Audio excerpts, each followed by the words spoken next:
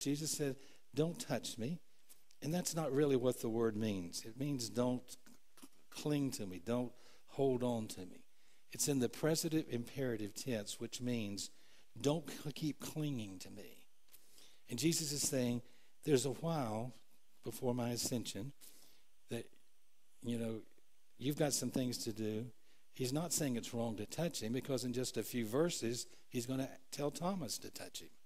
So he's not saying you can't touch me since I'm resurrected, like you're going to melt or something.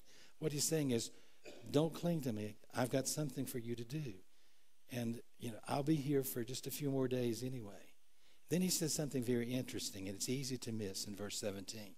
He says there, go to my brethren. He's never called them that before. Back in John 15, he had given the disciples the honor of being called his friend. Now, that's quite an honor. Then he calls them his disciples and followers, but the first time Jesus specifically calls his followers his brothers. Why? Because he indicated before that he was going to be able to do that, but here he's able to do it because of the resurrection. See, the resurrection changed the whole family relationship. In just the moment of the resurrection, you and I, when we believe in Jesus, we become brothers and sisters of Jesus and with each other. There's a family relationship because of the power of the resurrection. So the Bible tells us in the book of Romans that the power of resurrection means that you and I are adopted into God's family. So go tell my brothers that I'm returning to my God and your God, my Father and your Father.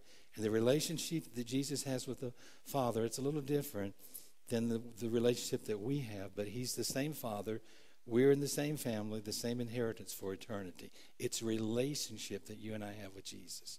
If you study on, how do you and I see the resurrected Christ in our daily lives? Well, Mary tells us all this.